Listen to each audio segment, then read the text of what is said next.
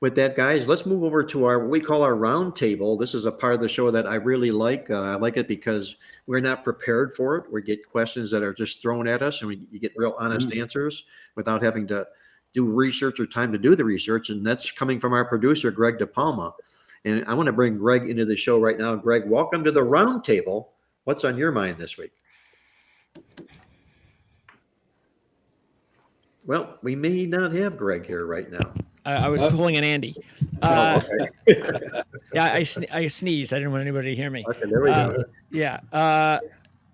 I wanted to remind our viewers that a couple of weeks ago, we talked about trying to get up to that 500 number as far as subscribers, and we are inching close to that number. So hopefully by the time we do the show next week, and that is something that we should definitely talk about before the end of the show, Mark, is when we're going to do the show next week, since it's a big holiday week. But hopefully I'm figuring Wednesday right now, Greg, if it's good with everybody. Okay. So there you go. Hopefully by Wednesday, we'll have that 500 number, and then we can start talking about 600, because we want to get to 1,000 before the end of the season by the Super Bowl. Okay, so I have to ask you, Mark, because there's a couple of trends I wanted to see if you. I know you probably don't have them right handy, but maybe Victor or you can take a look at them. But there, I think there's like a game or two where there are teams facing, including the Giants, 3 straight road games. Are there any trends out there that viewers need to keep an eye on regarding NFL teams that go into their 3rd straight road game? And while you look that up, the other one I wanted to ask you about, 2 more, and they had to do with the Monday night game. Is there a Super Bowl rematch trend? And we talked about the bye week coaches a couple of weeks ago. I'm pretty sure Andy Reid's pretty good at that, isn't he? Isn't he one of the? He's pretty good. Yeah, I'd say Andy's pretty good with bye weeks. But here's one thing about Andy Reid and his bye week, Greg, is the fact that the team he's playing is also coming off a bye week this week. Sure. Okay. And I looked at that in the database, and I looked at Andy's record, and it's really, really strong. I think it's 28-5. He is straight up in his career. But against teams that are coming off a bye week themselves, he's only 3-2 in those football games. So that added edge that he has perhaps isn't quite there when it comes to the other team also having, that particular edge as far as that's concerned. And I don't know, Victor, did you have a chance to look at the 3 in a row on the road? The thing that pops in my mind, first of all, is I look to always fade road favorites in their 3rd of 3 in a row on the road. It's taxing, it's tiring, and you're laying points. Probably in non-division football games, that would probably be my first best guess. I do got the database open. We'll go back. Heck, we can go back pretty far, and it has not been fantastic for teams playing in their 3rd straight road game. 89, 115, and 2 ATS. Slight lean toward the over. 104 overs, 96 unders. A little bit more overs as of late in the last 5 years.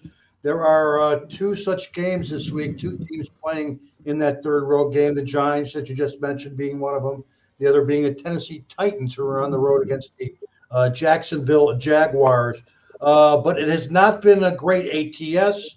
Let me see. It's not been great in division games either. And these are both division games. Those teams have gone 43 and 69 ATS.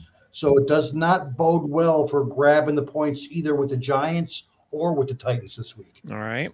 And I don't know, did you guys happen to notice any Super Bowl rematch trends while you were doing your research this week? Andy, I don't know in your database if you can do Super Bowl rematch. We cannot in ours. I can look at Super Bowl winners and we can look at Super Bowl losers, and I can put them in situations. But I don't have the ability to bring a rematch, a Super Bowl rematch per se. Do you have that? Can you do that in your database?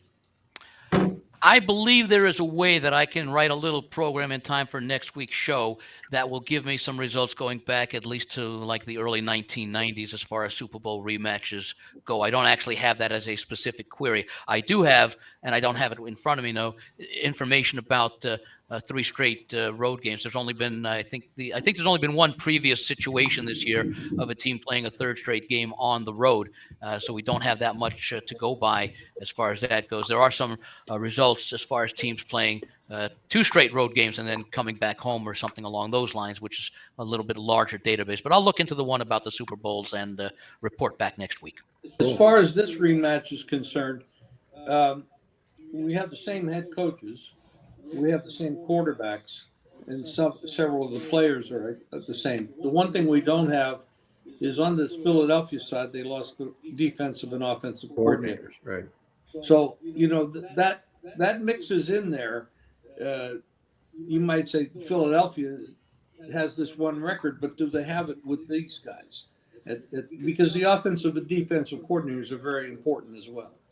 I don't want to sound facetious at all in approaching this football game, but it just crossed my mind. And I said to myself, this has to affect the football team with the Taylor Swift situation. Not so much Taylor Swift, but the fact that the Chiefs were on a bye week last week and Travis Kelce was in South America. Argentina, right? Argentina following her on the tour. Exactly. I mean, if you're a head coach, do you want all your players hopping off to Argentina during their bye week and then coming back and focusing on a football game? I just think it might prove to be a little bit distracting as well. What's weird is that depending on whether she is at the Chiefs game or not, She'll be there. Kelsey's individual props for that game change based on the fact of whether she is at the game or not. Isn't that amazing? Wow. Well, the fact is he's played a lot better when she's in the Yeah, ball. you got that right.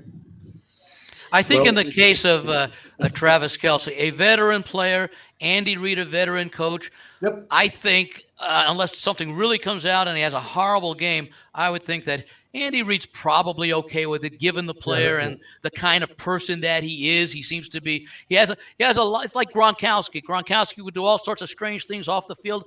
When it came time to play, he played as well as a Hall of Famer, and I think that could be the same of Travis Kelce. I think that the players respect coaches who allow them to take advantage of their downtime to recover, do whatever they want, as long as when they're back, they focus on football, and that's reflected in their performance after the bye. See, little did you know, Greg, when you asked about Super Bowl rematches, that the conversation would turn to Swifty. Oh, yeah. That's what I was hoping for. Beginning of the season, Dallas seemed like the team to beat after a couple of games. Then it was the Niners. Most recently, it could have been Baltimore. So right now, if you had to predict a team that could be the next hot team, who would you pick?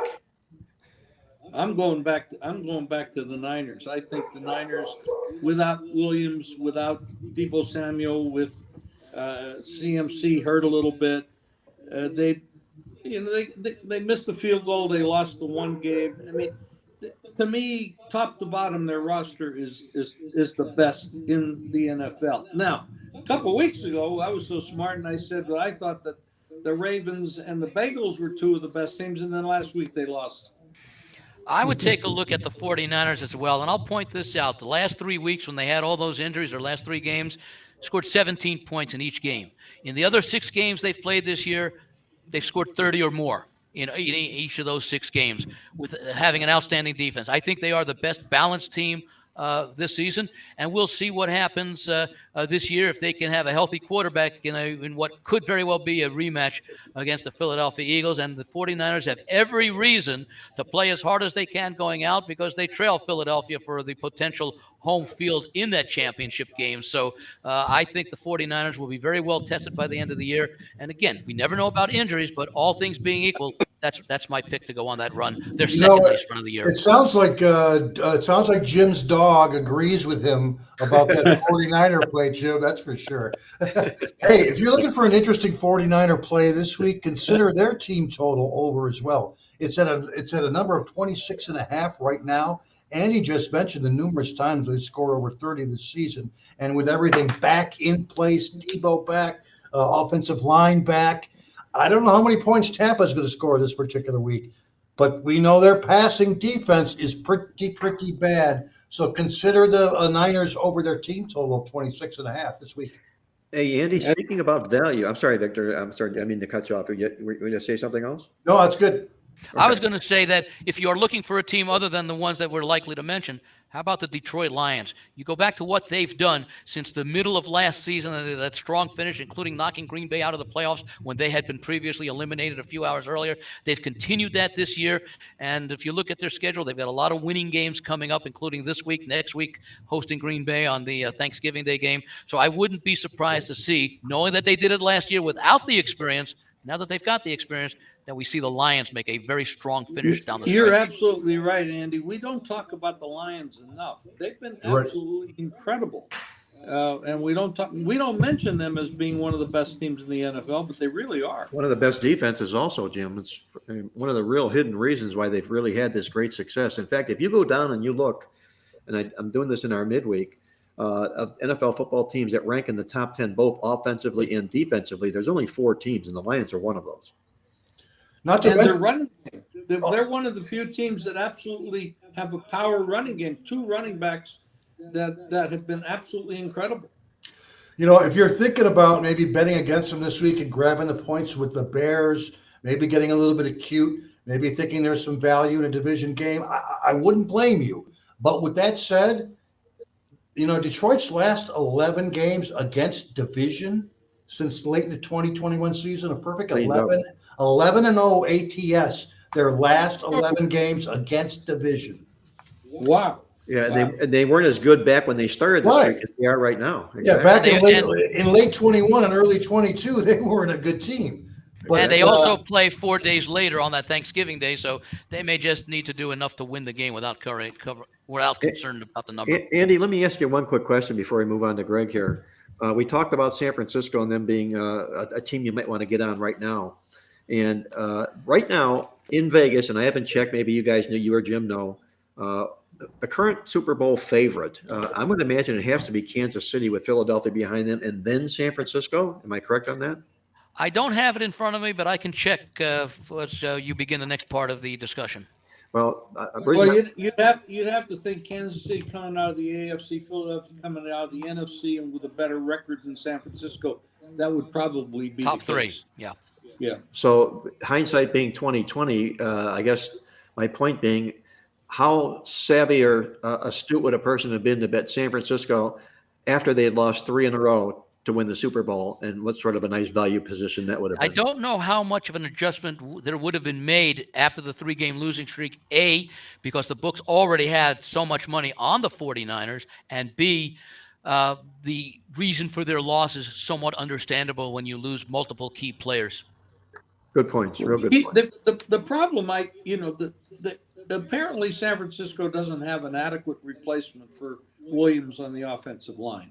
I mean, he's obviously one of the best, and some players say he's the best left tackle in the game. So if he gets hurt again, and Purdy then has to deal with the pressure, which he hasn't dealt with all that well, then this whole thing changes. Yeah, it's a real good point. Yeah, the condition of Trent Williams will probably determine how far San Francisco goes. Real good point, Jim. By the I'm way, currently seeing two favorites, guys, both at plus 480 to win the Super Bowl, and that is indeed San Francisco and Kansas City tied at just under 5-1 odds. Eagles at plus 575, just under 6-1 odds. The only other team that's under 10-1 odds is still that Baltimore Ravens team. I got them currently at plus 950. Where are the Lions? And then I'm showing I was just going to say, Miami and Dallas both at 10-1 odds, followed by the Lions currently at 12-1 odds. that's a bet. We can make definitely the best odds. I mean, There could be some value there, yeah. Yeah, the only thing is the Lions have to Minnesota's jump gonna over knock Kansas out City and Philadelphia. I'm sorry. A Lions team that we point out only has one more outdoor game throughout the rest of the regular season. The Lions, only one. Wow. It's either at home in the dome or other road dome games. And by the way, you mentioned the Lions have covered 11 straight division games. Well, the reason why they're my top pick this week, Chicago 1-12 in their last 13 against the spread versus division teams. There you go. What a combination. So that justifies that line just about. That pretty much I justifies would like it. to ask this question. Why is Fields getting something? And now they've announced him playing. Right. Line goes from 10 to 7.5.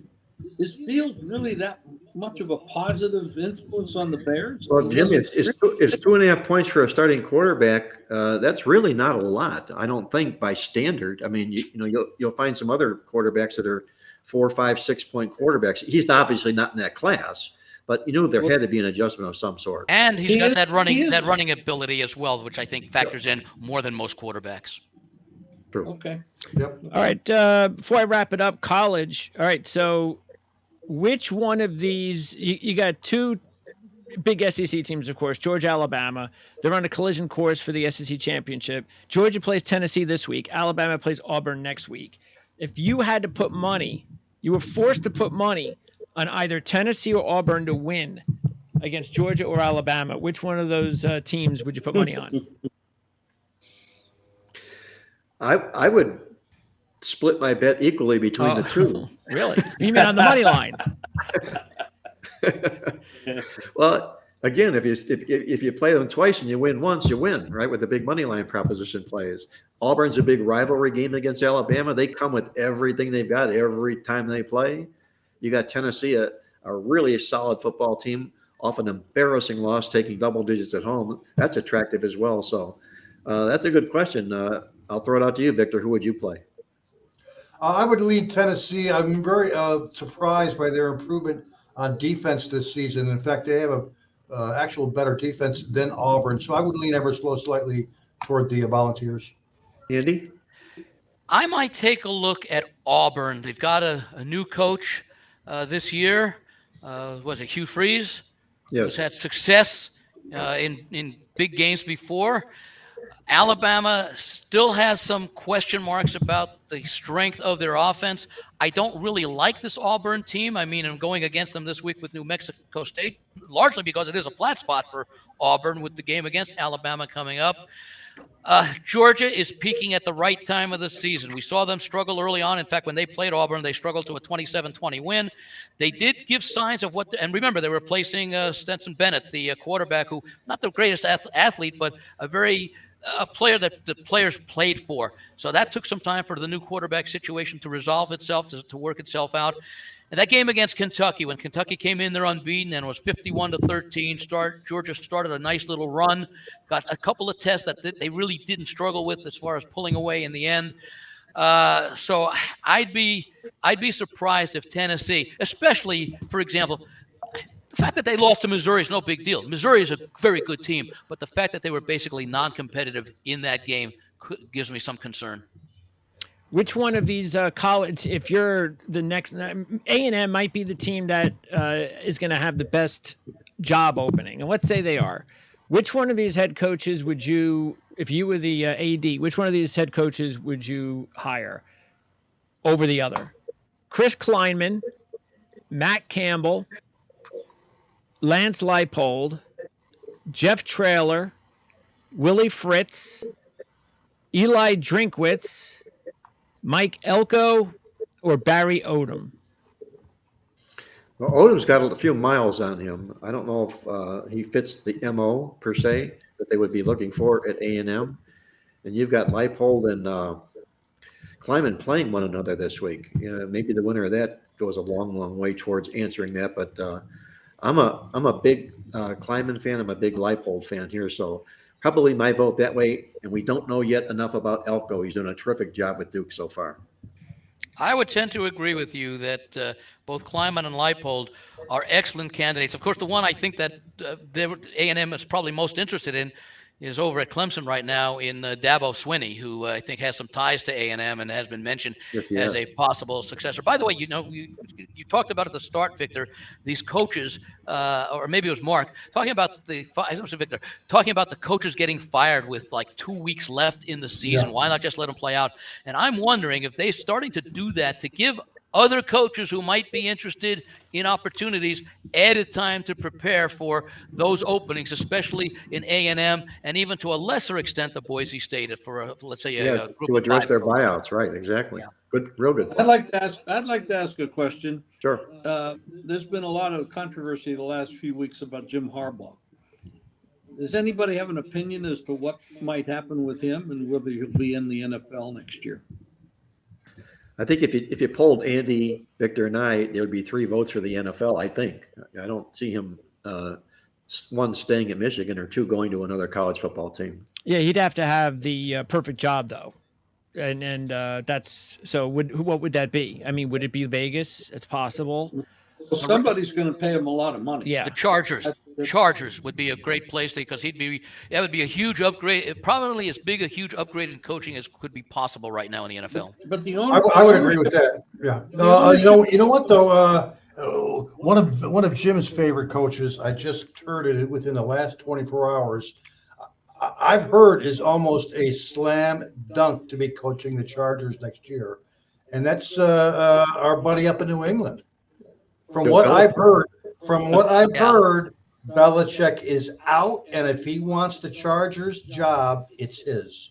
I have to correct you. If you mentioned my favorite coach, that is not no. I was being a little sarcastic there, Jim. Okay.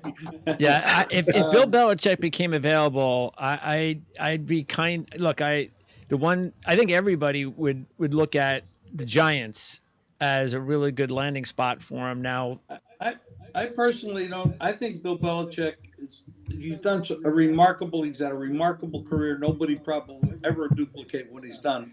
But I think he is very stubborn, very set in his ways. People they don't always like working for him.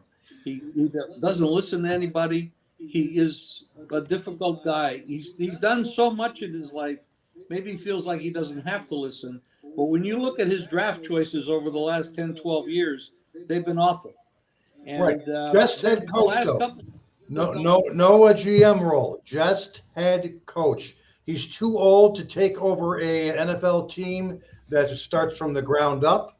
He would only take over a team that's ready to contend, that has a quarterback in place. And I would say a team like that would be where there could quite likely be a coaching change. Washington with Sam Howell and a new owner. That's another possibility. You're right about that, Andy. New owner with big bucks, yes, exactly. Very rich owner down in Carolina. Pepper is Tepper. The one thing about the Chargers, their ownership has never been known to go for big bucks. And they've had questionable history. I mean, they fired a coach years ago, and Marty Schottenheimer was 14-2. So I'm not going there. Well, they are a bit on the cheap side, if you will. That's one of the reasons they moved out of San Diego. They couldn't get a stadium done there, and they moved to Los Angeles. Now they're sharing with the Rams, and I don't know if that's been a good move there as well or not. But I think the bottom line answer to your question, Greg, the consensus would probably be Jim Harbaugh to the Chargers. And to wrap it up, I know we've trashed Iowa's offense.